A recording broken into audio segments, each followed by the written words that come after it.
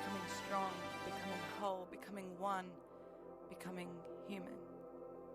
Human in the ambitious pursuits of the things in my heart, hoping that my eyes won't see them depart. Human in the emotional parts hidden, because sometimes it feels that laughing too loud is forbidden.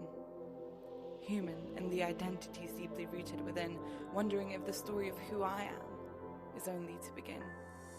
But assured of the idea that my story is finite, knowing that even the sun's light won't always burn bright. Yet some things in the ordinary day feel eternal. The soft-spoken touch of a mum, the words scribbled in my journal. The smile of a stranger, the rainbow stretched over the sky that I see. Am I just hopeful? Or am I fearful of the small things that define me? Thirsting to know, thirsting to be rational in the unexplainable. Am I seeking something sustainable or even attainable? A last breath, a last step, a last word. Human, 2023, who are we?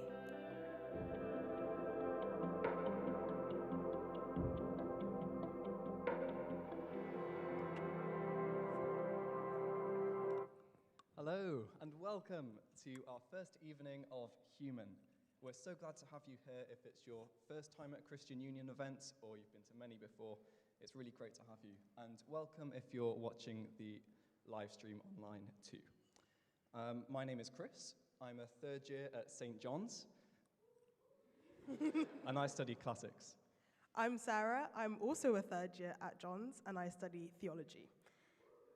Thanks. So this week, the Christian Union is having a series of events thinking about the topic of what it means to be human. So we'll be having various talks, interviews, and performances exploring the question, who are we? And what responses the historical person of Jesus gave an answer to that question. Yes, and just before we get started, some practicalities. So first thing to know, the toilets, you'll find some through that back door in that corner of the building. There's some accessible ones downstairs or some more upstairs, and there's also some through that door there. In the events of a fire, which we're not hoping for a drill, so please evacuate the building. The alarm will sound through that door or that door, and I believe through that front door there too. We also have a quiet room, and this is going to be just a nice quiet space. If at any point in the evening you feel you want to take some time out to just think or reflect, or for any reason, it's just through that door, up some stairs, and it's open for your use at any time. Other than that, if you have any more questions, you'll find some people in green human jumpers. There are stewards, they're great, and they'd be happy to answer any questions. So today we are looking at the theme of rational. If you came to the lunchtime talk, we really hope you enjoyed it. And we're going to continue to explore, is there truth in the meaning crisis, and where can we find it? But first things first, we're going to start with a game. Yeah, something to test just how rational we are. So, could we have the PowerPoint? Yes.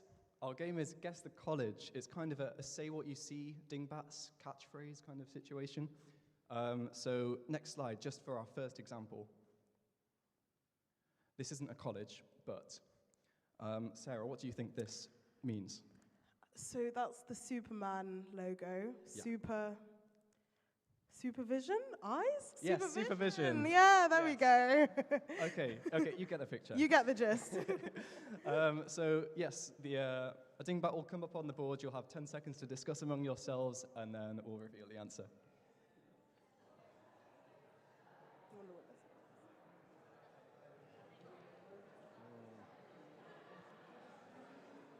So the answer is St. Cat's. Yeah. Okay, next question. I feel like people have got this quite quickly. Yeah, I feel like this is another fairly easy one. Robinson. Sorry if your college is not represented here. It was just random selection. Yes, next one. Who's this guy? Yeah. That is King's. Next one. kind of meta. Yeah, it's Churchill. It's just say what you see, guys. It's say what you see. Any ideas for this one? Selwyn. Okay, This is a bit complicated.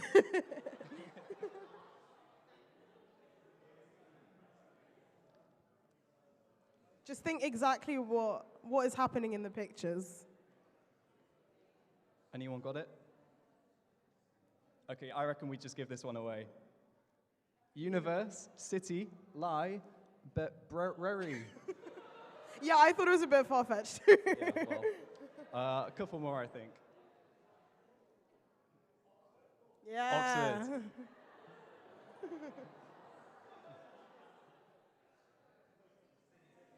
Sydney, Sussex.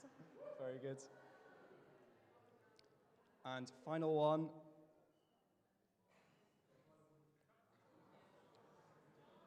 John's, my personal favorite. We won't make you name them all, actually. Oh, great fun. So yes, thank you for putting up with that.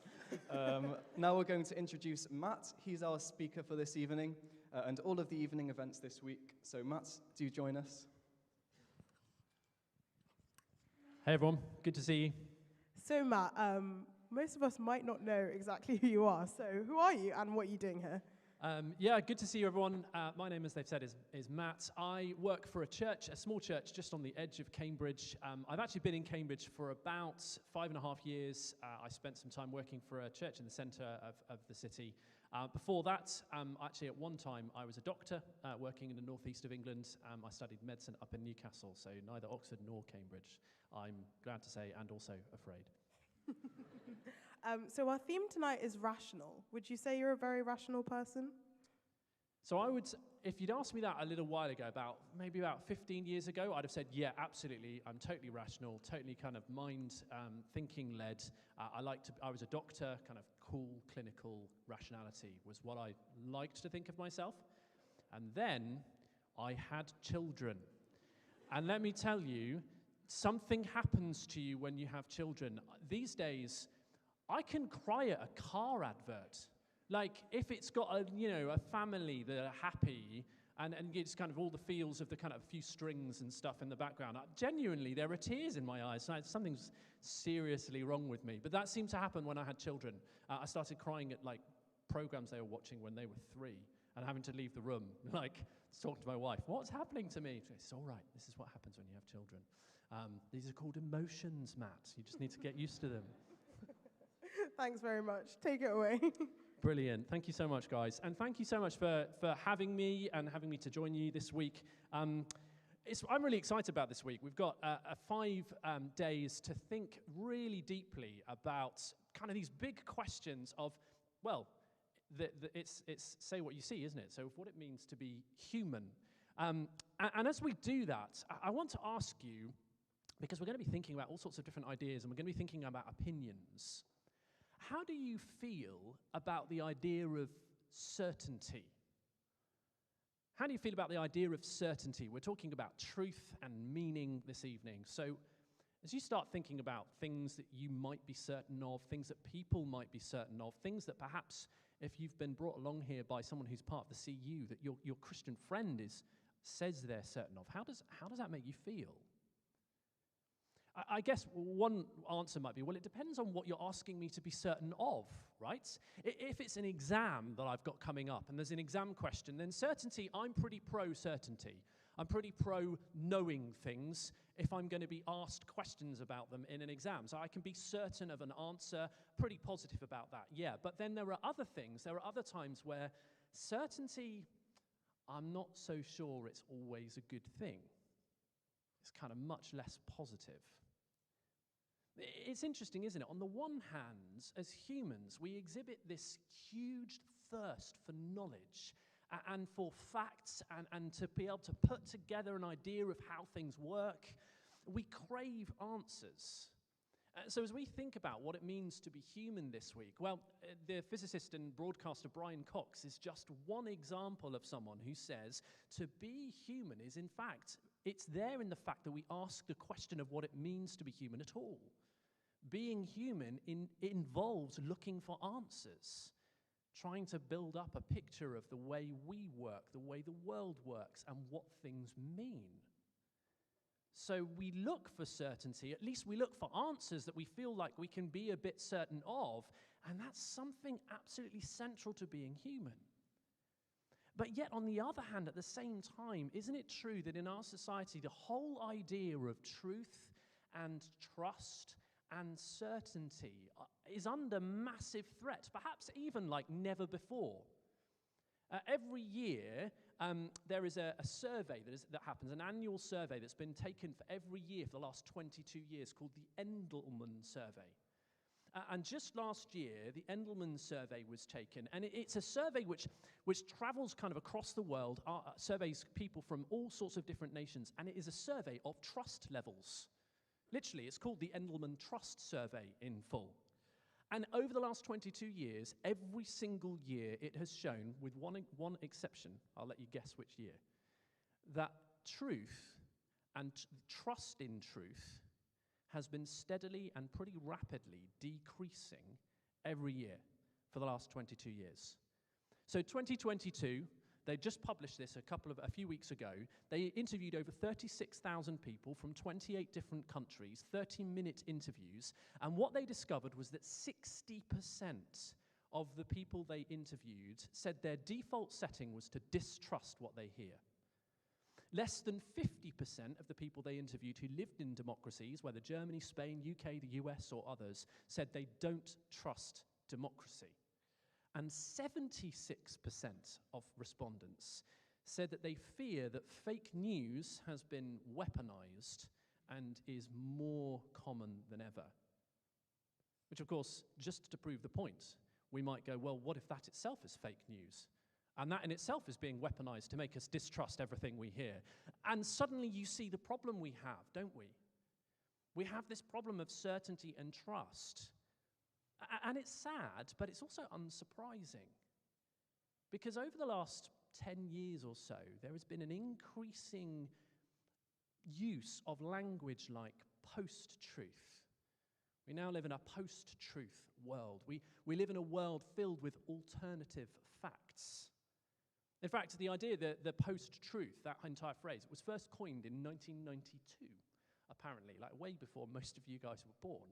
In 1992, post-truth was coined as an idea, but in 2015, 2016, the use of the phrase post-truth went up 2,000%. In 2017, it went up another 1,500%. Guess what year Donald Trump became president of the US? Post-truth seems to be the world we now live in. And just to prove the point, up on the screen is going to come a quote from what's probably going to end up being the book of the year, right? We've already seen a picture of the Sussexes. Here is Prince Harry in Spare. He says this, arguing against anticipating people coming back to him and going, well, that didn't happen. He says this, whatever the cause, my memory is my memory. It does what it does, gathers and curates as it sees fit, and there's just as much truth in what I remember and how I remember it as there is in so-called objective facts. And whatever you might think of that quote, and whatever you might think of the Sussexes and Prince Harry's book, that reflects a strong stream in our culture. Truth is often what we make of it. And that is why we know that we shouldn't trust everything we see and hear. We know that it's dangerous to trust everything we see and hear. Over the last 20 years or so, social media has literally gone from zero to, well, however fast you'd say social media is now. It's gone from nothing to being ubiquitous everywhere. And that has done a huge amount for connecting us, human to human. But it has also shown how easy it is for us to be exposed to false belief and to be able to kind of run away with it. Whether that goes for the things that seem fairly innocuous, like the influencer on social media, kind of their amazing headstand, which isn't exactly all it's cracked up to be, or the influencer on an amazing deserted beach, which isn't actually as deserted as it appears when you see their Instagram or their TikTok feeds. Or whether it's something a little bit, perhaps a bit more insidious, like the cropped images of a crowd at a presidential inauguration made to look like there were more people there than there actually were. The problem we have is the more trust is eroded in ways like this, the easier it becomes to trust nothing in the end. And certain uncertainty, that is a very powerful thing. In the end, that is what drives conspiracy theories. Certain uncertainty. Don't trust what they tell you. So in 2021, I don't know if anyone saw this, in 2021, up on the screen is going to come a chart that went viral a couple of years ago. It's called the conspiracy theory chart. And it's a really interesting thing. This person basically charted conspiracy theories on a spectrum of things that sounded like conspiracy theories but were actually true. So for example, the tobacco companies lying about the effect of tobacco or of smoking on cancer, lung cancer, and just kind of covering up the data that they had, for example. All the way through things which are kind of detached from reality, but perhaps mostly harmless, like the idea that Avril Lavigne was replaced by someone who looks like Avril Lavigne somewhere in the mid-noughties. Have you come across that one? All the way through to things which are downright dangerous. Some of the QAnon conspiracy theories, for example, and a whole load of other things. But here's the thing. If we think it is possible to measure conspiracy theories on a spectrum of things that actually are true to things which are completely wildly away from reality and dangerous, then what we are doing is assuming that there is a standard of truth against which we can measure such conspiracy theories in the first place. And if we assume that, the question is, where does it come from? And who gets to set what it is?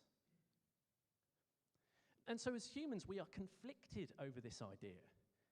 We are certain that certain types of certainty are dangerous, but we are also certain that other types of certainty are exactly what we need. How do we navigate our way between these things? We long for answers that we can build into some kind of coherent picture of reality, that we can assemble into knowledge, that we can maybe even assemble into truth and meaning. We crave truth, but we hate lies, which is one of the reasons why one political commentator in the last year has said the cost of living crisis is nothing compared to the cost of lying crisis that we seem to be facing in our country. But again, that assumes that there is such a thing as a standard of truth. And the question, therefore, is, where does it come from and who gets to set it? And more pertinently, how do we, as individual human beings, navigate the tension that comes between the doubt that we need to be able to navigate a world where there are such things as falsehood, and the desire for truth that seems to be such an integral part of being human? This week, we're going to be thinking about these kind of ideas. We're going to be discussing them, and we want to give an opportunity for actual discussion to happen. And so what we're going to do each evening is we're going to give you opportunities to talk about some of these things. Once we've heard and we've thought a little bit about an idea, we're going to bat it around together in the tables and places where you're sat. You don't have to engage in these discussions. If you don't want to kind of join in, then that's absolutely fine. But it's simply going to be a couple of questions that will come up on the screen for us to think about. And here are the first two. First of all, why do you think that we value truth?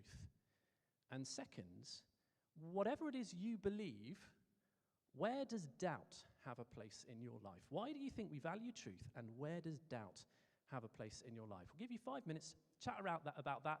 If you don't want to chat about that, chat about what you did today. After that, we're going to have a musical performance for us to reflect on. Just look at them. Okay, I hesitate to break into your conversations, but In-Young and I are going to sing a song now, which is called Lost Stars. Is performed by Adam Levine in the film Begin Again, and it taps into all of these ideas of searching for meaning. And the second verse asks this question: who are we? Just a speck of dust within the galaxy. woe is me if we're not careful turns into reality. And it's essentially a song that encapsulates that feeling of where are we going, who are we, and why do we search for meaning if we're so small in such a big universe, and is there a truth that we're searching for? So perhaps as we sing, you can think about who are we if we are so small, and why do we long for truth and for answers if we're such a speck of dust in the galaxy. So this is Lost Stars.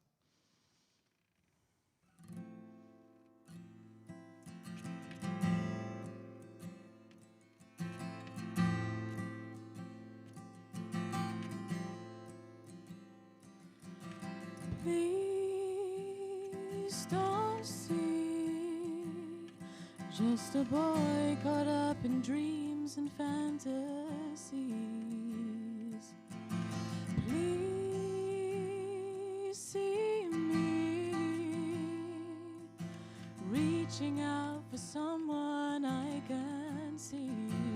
Best my hand, let's see where we wake up tomorrow. Best laid plans sometimes are just a one-night stand. I'll be damned, Cupid's demanding back his arrow. So let's get drunk on our tears, and God, tell us the reason youth is wasted on the young. It's hunting season and the lambs are on the run, searching for meaning. But are we all lost stars, trying to light up the dark? Who are we? Just a speck of dust within the galaxy. Woe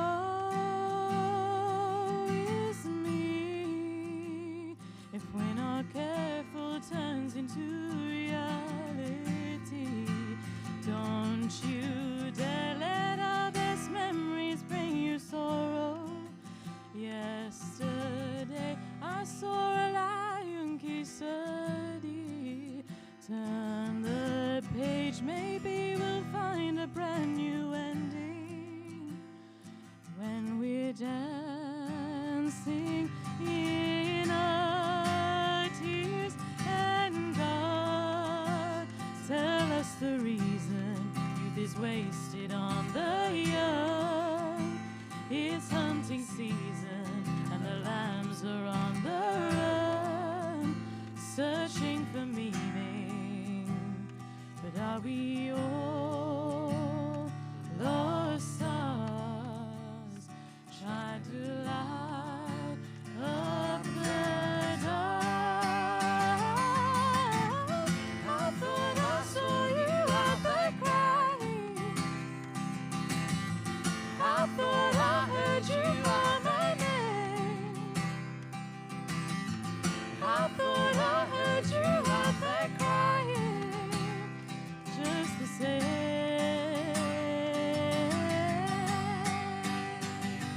And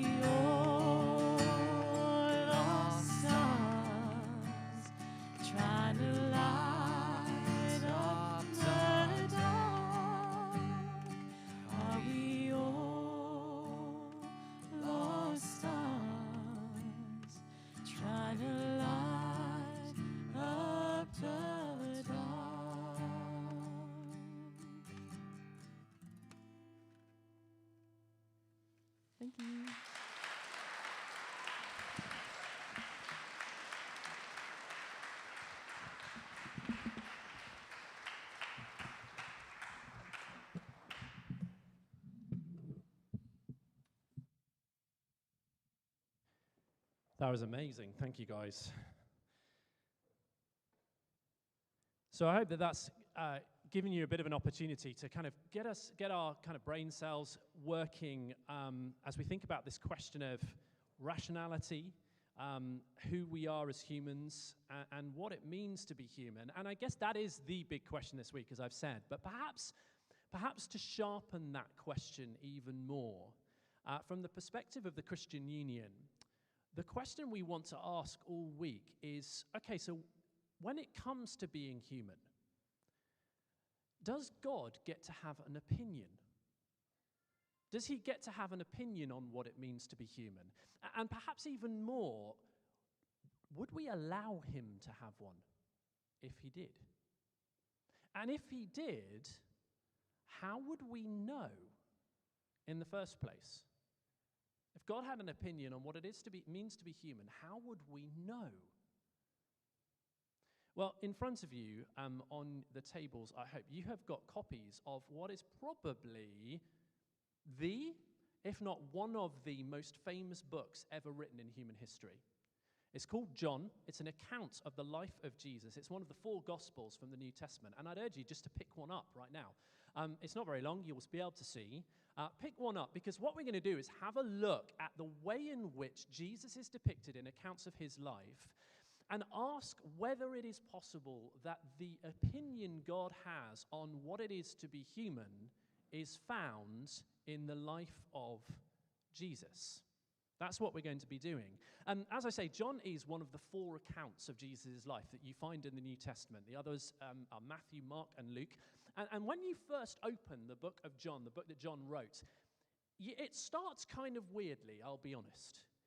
When you read Mark's account of Jesus' life, you kind of think, okay, I know what I'm dealing with here. Mark starts with the history of Jesus and what he gets up to. Makes sense.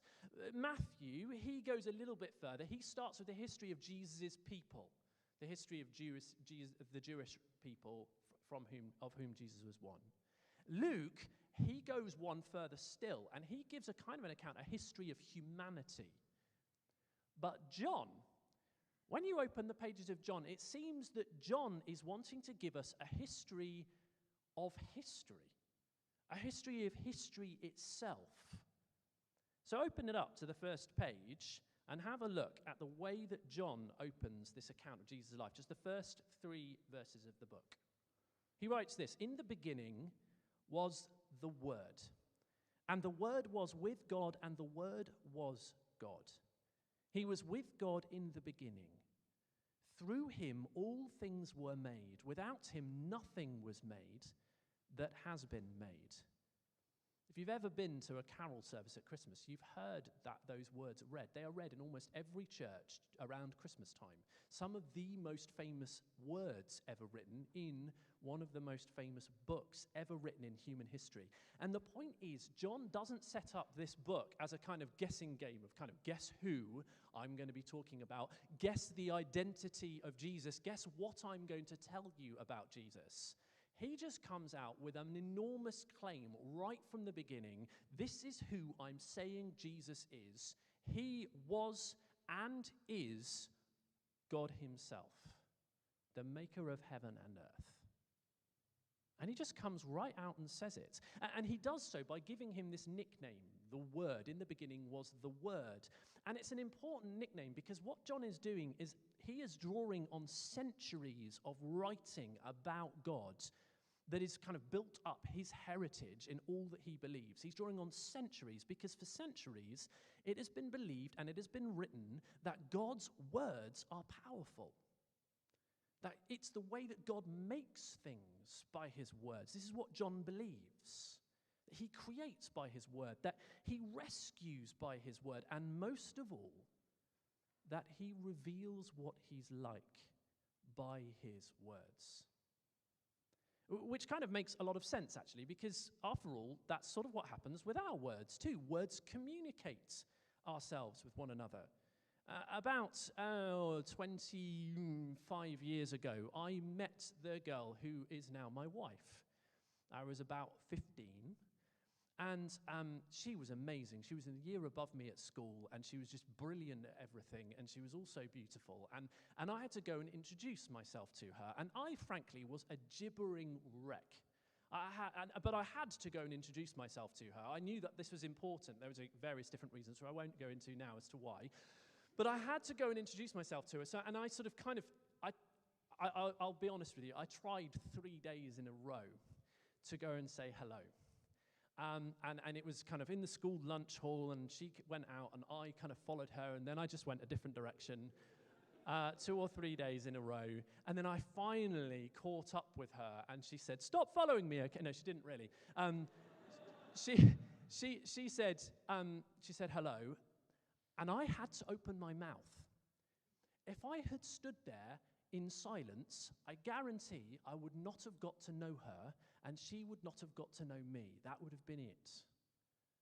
If I was going to get to know her, and she was going to get to know me, we needed to speak. I needed to use words, as much as I felt like I couldn't do that. We need words, whether spoken or written or signed. We need words to know one another. And that is John's point. He is claiming that Jesus is God's ultimate communication to us.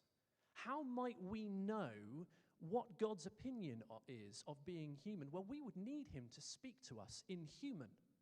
If I was going to speak to you and you speak a different language, I'd need to learn the language to be able to speak to you. God, if he's going to speak to humans, needs to speak human. And that is what John says Jesus is. God's communication of himself in human, as a human. But you might be thinking, well, surely, John is self-consciously writing myth, isn't he? You start a book like that, in the beginning was the Word, and the Word was with God, and the Word was God. And you're like, this is clearly mythology, John, surely. And many people assume that's what's going on here. But that would be to fail to read John either closely or fairly to John. It wouldn't be fair to assume that he is writing myth and just to let that idea, just dismiss what he says, because John won't allow us to draw that conclusion. He is talking about a friend. It becomes very clear as you open this and read the pages of this book that he is talking about someone he is claiming he saw, spoke to, touched, heard, watched die, and then he claims saw raised from the dead. That is what John is saying. And before we get anything, well, in those days, truth didn't matter in quite the same way. People were just easy. They believed there wasn't the same levels of certain uncertainty as we have now. That we can't go that far, because truth did matter, and it mattered to John. And actually, it's very clear from the very beginning that truth mattered. If you were going to establish the truth of a matter in John's day, you needed to appeal to witnesses. You needed at least 2 or more witnesses to be able to establish the truth of any matter. And that is exactly what John does, repeatedly, all the way through John. But right at the very beginning, open up to page 1 again, and have a look at verse 6, little number 6. This is what John says. There was a man sent from God whose name was John. Okay, there's a lot of Johns in this account. This is a different John. John is talking about someone else called John. There was a man sent from God whose name was John. He came as a witness to testify concerning that light, so that through him all might believe. He himself was not the light. He came only as a witness to the light. So John calls his first witness. He says, okay, I understand. This is a huge claim I'm making, that Jesus is God, and he is the Word. But let me call my first witness, John the Baptist. Let's hear what he had to say. And he keeps on calling witnesses all the way through his book. Perhaps one of the most critical ones is his own witness. Have a look down at little number 14. The Word became flesh, says John, and made his dwelling among us. He became human. We have seen his glory, the glory of the one and only Son who came from the Father, full of grace and truth, which in other words means John believes that Jesus was the Word, the ultimate communication from God, because of what he saw Jesus do. He saw his glory. He saw that he did things that God become human would do. We know that this was him because we saw him. And so I want to share him with you. That is John's message. And we need to hear the claims that John is making clearly if we are to evaluate this and to figure out what we make of a claim like that. But the problem, of course, is that we live in a reality which, when you start thinking about all of reality, A, it's really big, but B, almost it's not big enough. Because it's a little bit like the entire universe is just one enormous locked room, isn't it? Imagine this with me for a minute. Imagine, if you can stretch your imagination this way, that you and I, this evening, had no previous memory of ever being anywhere except in this room. Some kind of malevolent or benevolent, for their own purposes, some malevolent force had decided to kidnap us, administer mind-altering drugs that wiped our memory, and then stuck us in this room. Lock the door, block out the windows. We have no idea what's outside this room. How would we go about figuring out if there is anything outside this room?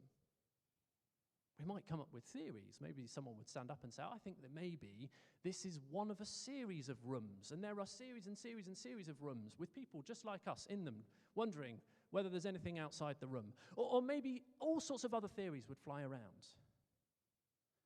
But we would have no way of being certain. We would be right to suspend certainty because there would be no way of knowing. We can't get out the door. The windows are barred. We have no memory of being outside. We can come up with theories, but certainty, no, we can't do that.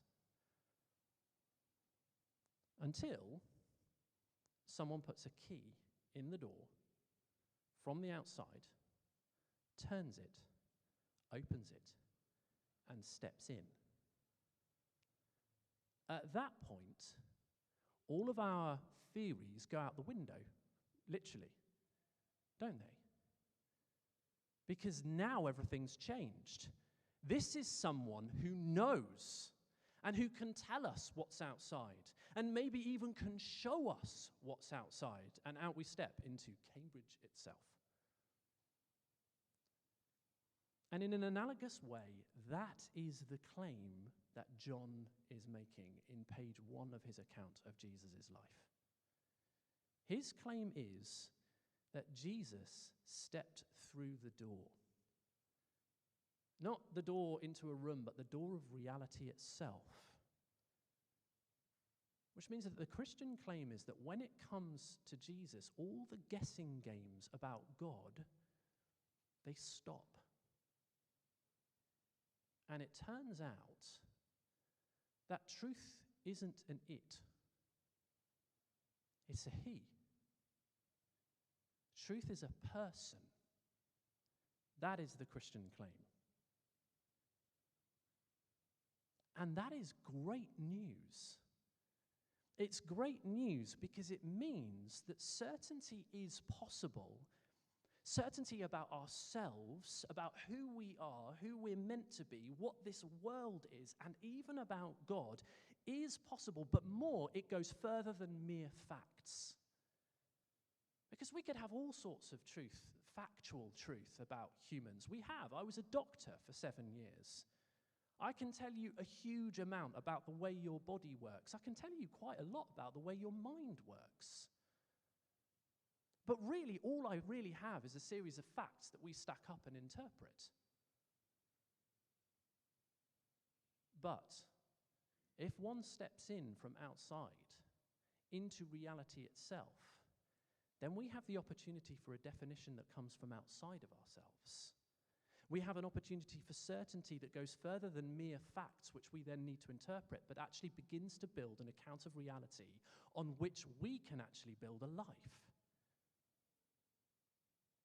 And most of all, it means that our relationship with truth is not merely one of understanding.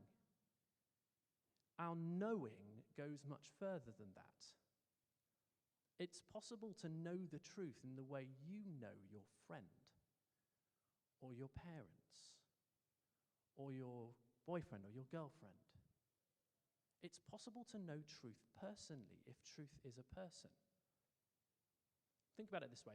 Imagine that for some reason, my wife and I have been married 18 years this year.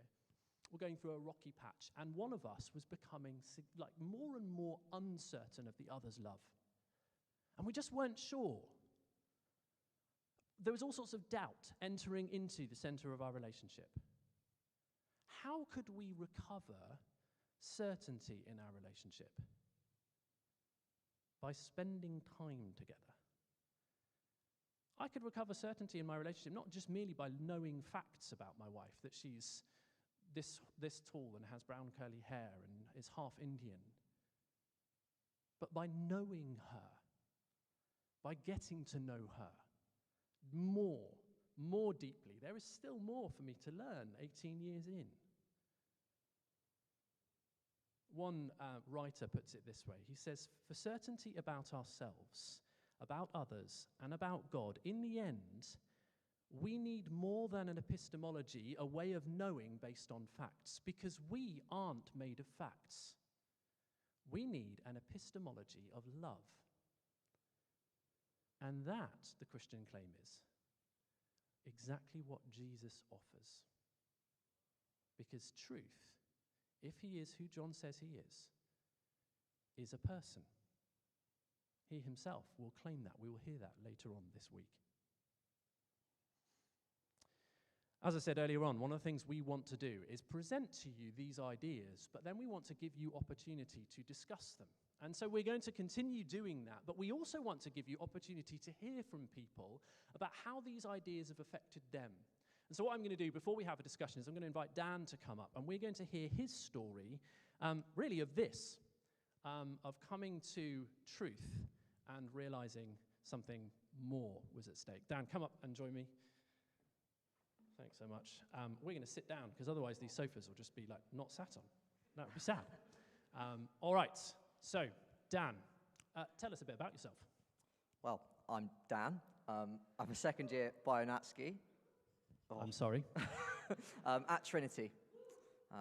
Grew up in Surrey, middle of two, sister either side, so I've got war on two fronts. Nice. War on two fronts. Beautifully put. So, Bionatsky, okay, so you're kind of in the science world.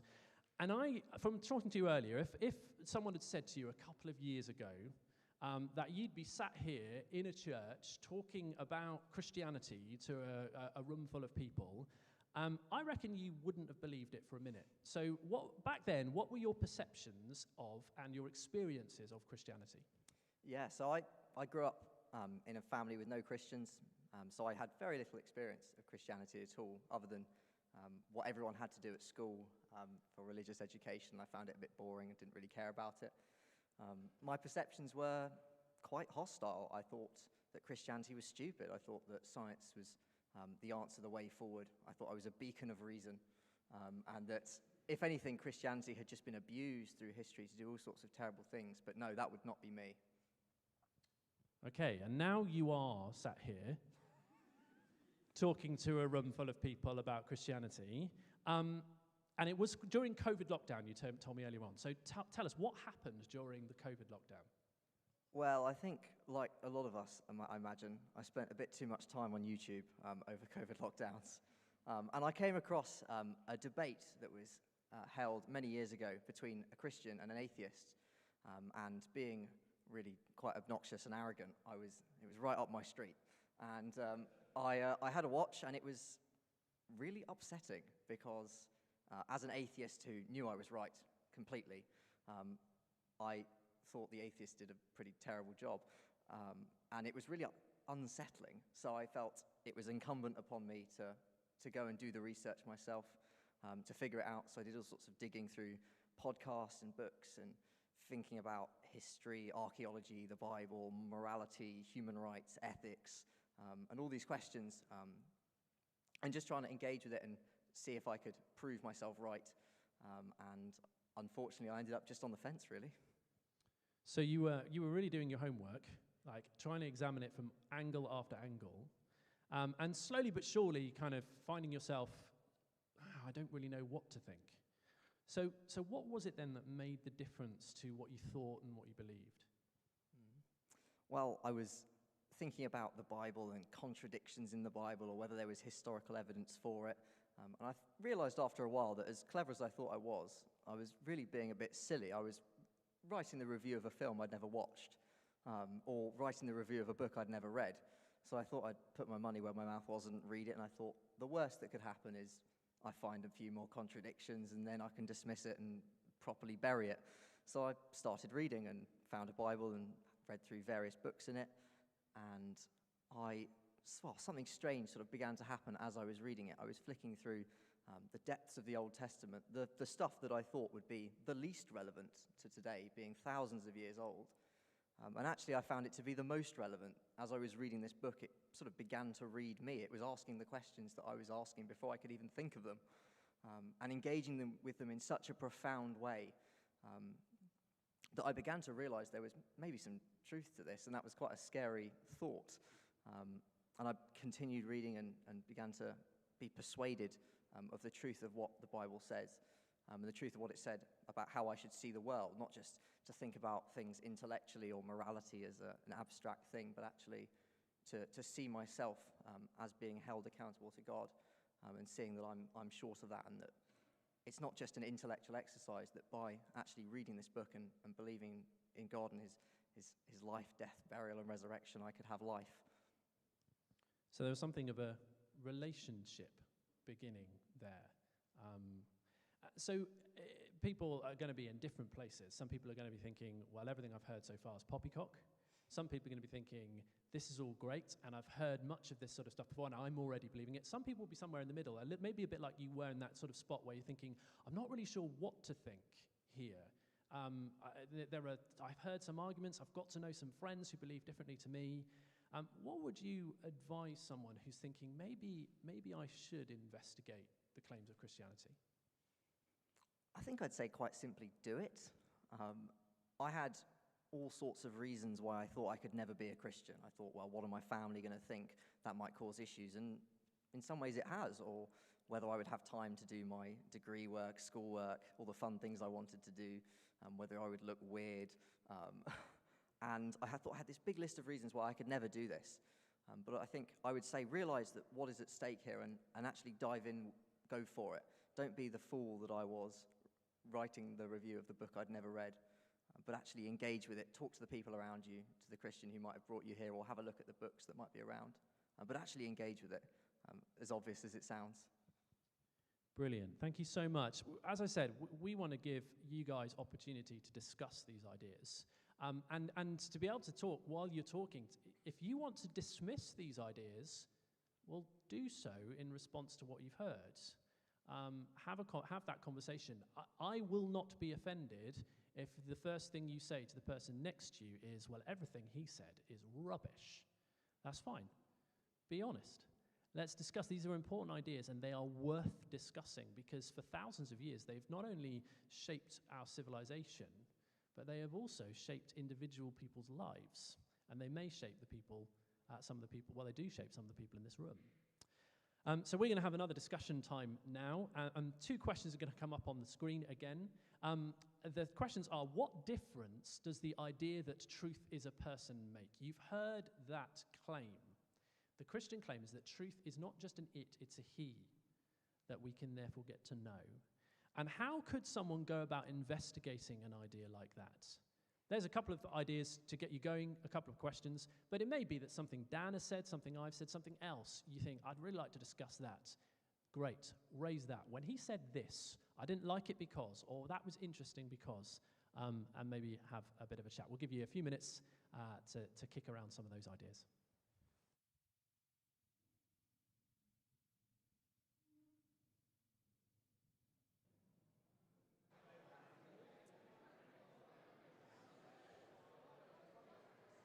Well, I'm going to break into your conversations there for a moment. There'll be another opportunity in just a few minutes to have another bit of discussion. But just as we kind of begin to wrap things up, I want to acknowledge, we, the Christian Union, want to acknowledge that, as I've said all the way through tonight, there are certain types of certainty which feel dangerous to us. And frankly, there are certain types of certainty which look dangerous, and we see the effect of that. And so it might well be that some of the discussions that some of us have had is, well, in the end, wouldn't it be safer and maybe even more intellectually noble just to hold on to our skepticism? To stand back and go, well, there's always the possibility that it could not be true. Wouldn't that be the best place for us to stay? Remain open-minded. At least then we would avoid believing the wrong thing, right? I want to say, as we come to a close, that believing the wrong thing is not the only error of belief that you can make. Imagine that you were out for a long walk out in the fens. You decided to go out one Saturday maybe, and you decided just to go out by yourself. And you went off and you thought, I'll be fine because I've got kind of app on my phone or whatever, I'll be fine. And then your phone died while you were out walking. And you were miles from Cambridge and frankly didn't really know exactly where you are. You'd probably be fine because, let's face it, it's so flat you could probably see Cambridge from miles away. But imagine you couldn't. And you were walking along and you were thinking, I don't know how to get back to Cambridge. You finally, along a footpath, reach an old wooden signpost pointing towards Cambridge. And the footpath goes off in two different directions and you think, right, I will follow the signpost to Cambridge. Aha, says a little voice in your head. But of course it's possible, because there are lots of little villages around the fens, that some local oiks from a little village in the fens have come and changed the signpost. How do I know that this signpost is really pointing to Cambridge? I could head off down in this direction and I might be going in totally the wrong direction, believing totally the wrong thing. Maybe it would be safer not to believe the signpost. But then, of course, I shouldn't go the other way because I could be going the wrong way too, and that would be foolish because the signpost is pointing me in the other direction. So maybe it would be safer just to withhold judgment and hold on to my skepticism. You will never reach Cambridge. That much is obvious. It is true that if the signpost has been changed and you start walking along the road down in the opposite direction to Cambridge, you are believing the wrong thing and you won't reach Cambridge. But not believing the right thing will also never enable you to arrive in Cambridge. There are two forms of error when it comes to belief. We can believe wrong things, and as we've seen, social media often tries to get us doing that. But it is also true that we cannot believe the right thing. And so skepticism doesn't work to hang on to, and it isn't as intellectually noble as it looks. Nor, actually, are we as consistently rational as we think. The psychologist Elliot Aronson has spent decades studying cognitive dissonance and the way in which humans are so very capable of holding two apparently contradictory ideas together in our minds all the time. And he says this, he said, human beings aren't actually rational animals. We're more like rationalizing animals who want to appear reasonable to ourselves. We are very good at forming rational defenses of what we've already decided we think, and then convincing ourselves we have argued ourselves to a conclusion. But if we are to reckon with the claim that truth is a person, the claim that John makes, the claim that your Christian friends will readily make, then the only way of reckoning with that claim is to reckon with that person, to figure out whether or not it's really true of him. And John isn't surprised to find himself writing to skeptics. He's totally kind of expecting that. He writes knowing that skeptics will listen, will read him, and will be skeptical.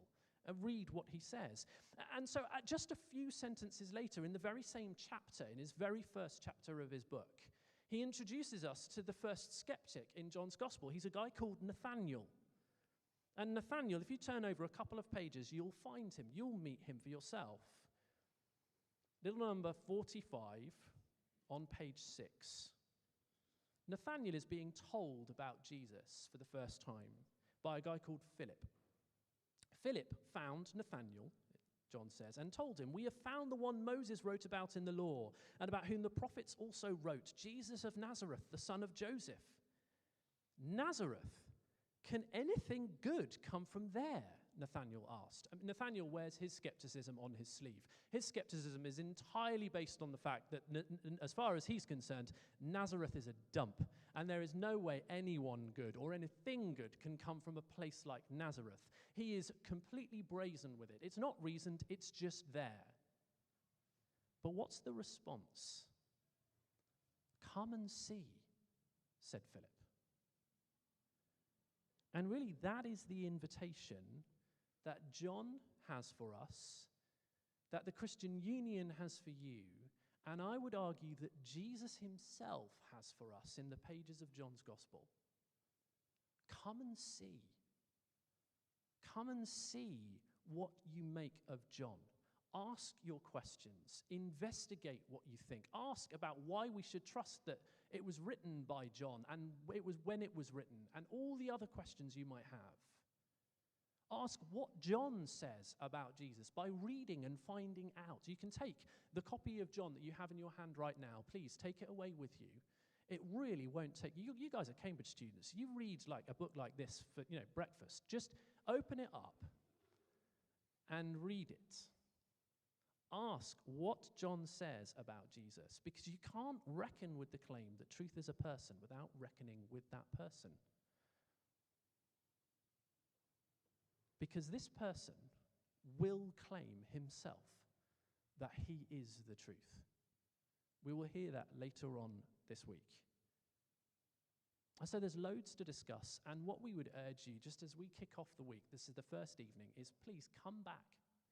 Hear more. We're going to spend every single evening this week looking at another little section of John, finding out what it is that Jesus says makes us human, and if it is possible, that what Jesus says makes us human could actually be the opinion that we might be searching for all along, the opinion of the one who made us. Does God get to have an opinion? Would he allow him one? And how would we know if he did? One other thing you might want to do, just as I close, is to pick up another book, or 3 or 4. There are a whole bunch of books at the back, which are free if you would like to take one. One that I would love to suggest that you take on this topic tonight is a book called "Are You 100% Sure You Want to Be an Agnostic?" Which is a brilliant question, because that question, if you allow it, will haunt you for the rest of the night. Are you certain about how uncertain you are? I don't know. I'm not certain anymore. Grab a hold of this. Read through it. See what you make of these claims that we're talking about. Above all, please, don't leave this unexamined. We're going to have one more opportunity, as I said, to discuss things. There's going to be another couple of questions which will come up on the screen. These are kind of optional questions. You might have loads of things that you'd like to discuss already, things that I've said. Again, like I said earlier on, things that you want to object to with those around the tables that you're sitting. Can we stick those last 2 questions up on the screen? So what questions do you still need to ask to have a properly informed view of Jesus, do you think? And then if you would like to, ask a Christian friend to describe how their own thinking has changed since they followed Jesus. A little bit like we heard from Dan earlier on. That's all from me for this evening. As I say, we would love to see you again later in the week as we continue examining these questions about what it is that makes us human. Thanks so much for listening to me. There's an opportunity now just to discuss these questions before Chris and Sarah come back and close us for the evening.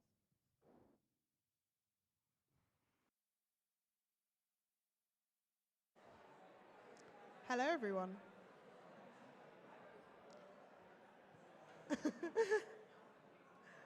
We just wanted to say a big thank you for coming tonight. Thank you so much. We hope you've learnt just a little bit more about the person who is truth itself. And the conversation doesn't have to end tonight. We are here all week. Human's going to be on every day, and today we discussed about ambition. about rational. And in the following days, we're going to be looking at ambitious, emotional, hopeful, and on Friday, finite. Tomorrow, it's ambitious, and our lunchtime event is here again at 1 p.m. Our international event will be at 4:30 p.m., just down the road that way, I believe, at St. Andrew the Great Church, and likewise, our evening event at 7 p.m. will be at St. Andrew the Great. So yeah, please feel free to stay and chat for as long as you want. Matt will be around, so if you have any questions, I'm sure he'd be happy to answer them. Or if you came with a friend, why don't you ask for their story? What's their question, perhaps? Their answer to the question, who are we? And there are a couple other ways you might like to respond to what you've heard this evening. Like Matt says, there's a bookstall at the back of the church, which you might like to check out and have a look at that book maybe. Are you 100% sure you want to be agnostic? And yeah, keep digging into your questions. We also have a QR code where you can fill in a feedback form, and that would just be really helpful for us to, see how you found the event, if you want more Jack's flavors, if you want to talk with someone about faith and Christianity. So I'll actually give you a couple seconds just to scan that with your phones, and we'd love to hear back from you. I think it will circle back, so don't worry too much if you miss it. But we also, I think, do have more Jacks, so please feel free to bring your cups up and get more ice cream. And we've also got a series of events coming up next week called The Search, which will be about, following up on who this Jesus guy is and what is truth. But thank you so much for being with us, and we hope to see you soon.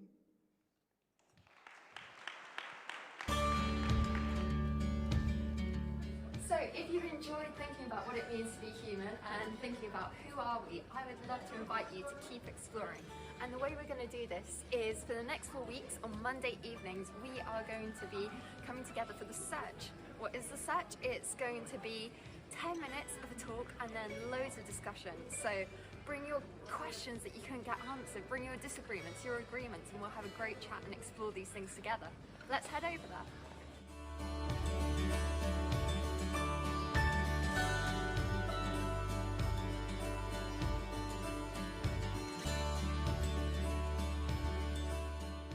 So here we are, we're at the John's Divinity School, and this is where The Search is going to be. There's going to be someone to let you in, warm welcomes of food, 10-minute talk, and then loads of chat. We're going to be looking at who is Jesus, what's wrong with the world, why did he have to die, and did he really rise again? And I would love to see you there. So 7:30 on Monday, see you there.